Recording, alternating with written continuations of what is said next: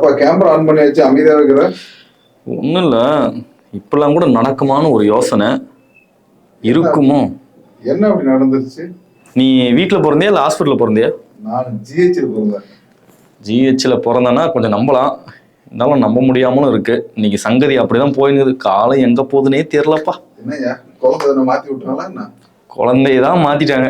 ஆனா பல வருஷம் கழிச்சு அது கண்டுபிடிச்சேன்னு சொல்றாங்க.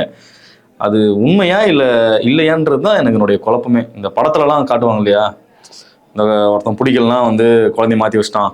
இப்போ கூட ரீசெண்டாக ஒரு 4-5 வருஷத்துக்கு முன்னாடி அல்லு அர்ஜுன் கூட ஒரு படம் வந்துச்சு தெலுங்குல, வைகுந்த கோபாலபுரம்னு சொல்லிட்டு. அந்த படம் சூப்பராக இருக்கும். ட்விஸ்டே வந்து கடைசியில் தான் வச்சிருப்பாரு. அது மாதிரி தான் ஒரு ட்விஸ்டான ஒரு விஷயம் வந்து நடந்துங்குது. ஆனால் அது நம்ம இந்தியாவுக்குனா கூட மேட்ச் ஆகிடும். வெளிநாட்டில் இப்படிலாம் கூட நடக்கும். எனக்கே ஒரு டவுட் இருந்துச்சு.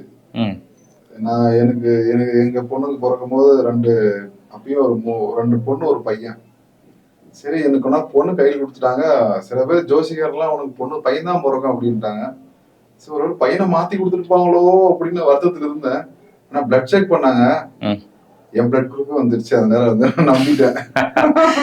எனக்கும் அந்த டவுட் இருக்கு. சரி என் கதையை அப்புறம் விட்டுட்டு இன்னொரு கதை ஒன்று இன்னைக்கு படித்தேன், பார்த்தேன். அது கேட்டவனா மனசெல்லாம் கொஞ்சம் கிருன்னுது.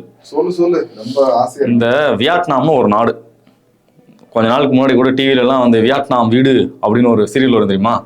அது மாதிரி இந்த வியட்நாம் அப்படின்ற நாட்டில் ரொம்ப வருஷத்துக்கு முன்னாடி 2 பேருக்கு ஒரே டைமில் குழந்தை பிறந்துங்குது.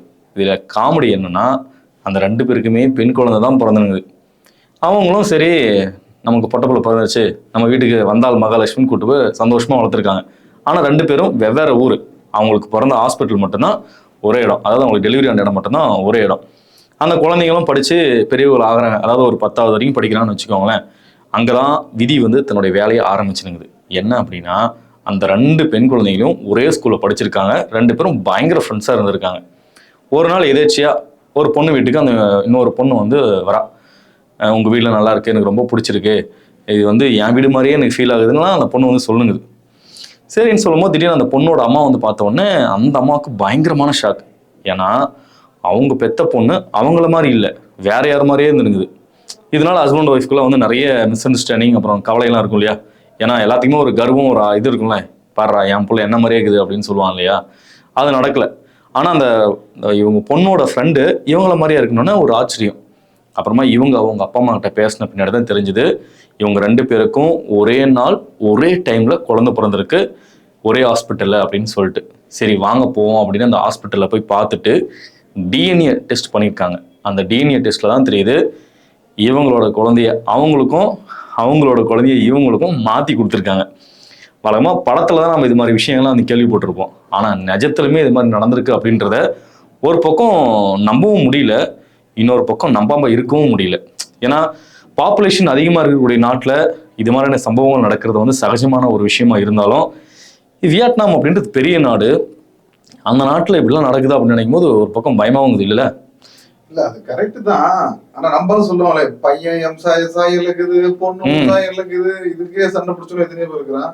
உண்மைதான். ஊர்ல பாரு பசங்க காலேஜ் போற வரைக்கும் வெயிட் பண்ணிருக்கானுங்க. காலேஜ் வரைக்கும் வெயிட் பண்ணிருக்காங்க. இல்ல அப்பயே எங்க ஆயா சொல்லிச்சு, நீ வந்து வெளிநாட்டுக்காரனா தெரியாதனமா இங்க பிறந்துட்ட, ராஜா மாதிரி இருக்கிற அப்படின்னுவாங்க. அப்பயும் யோசிச்சு பார்ப்போம், ஒருவேளை நம்ம மைசூர் மகாராஜா வாரிசு இருக்குவாங்களா அப்படின்ட்டு. என்ன பண்றது, அந்த இன்சிடென்ட் நம்ம வாழ்க்கையில் நடந்திருந்தா எப்படி தோல் வெள்ளையா இருந்தா அந்த மாதிரி திங்க் பண்ண தோணும். அப்படியா? இல்ல அப்படி இருந்தது எப்படி யோசிச்சு பாரு. இந்த லிங்கா படத்துல ரஜினி மாதிரி எங்க தாத்தா தான் இந்த அணையை கட்டினாரு, எங்க அப்பா தான் அந்த மைசூர் பேலஸை கட்டினாருன்னு சொல்லியிருக்கலாம். எனவே ஆனா லைஃப்ல எப்போ மாற்றம் வரும் நம்ம யாருக்குமே தெரியுது இல்லை. அதனால எது நடந்தாலும் நம்ம கொஞ்சம் கவனமா இருக்கிறது நல்லது.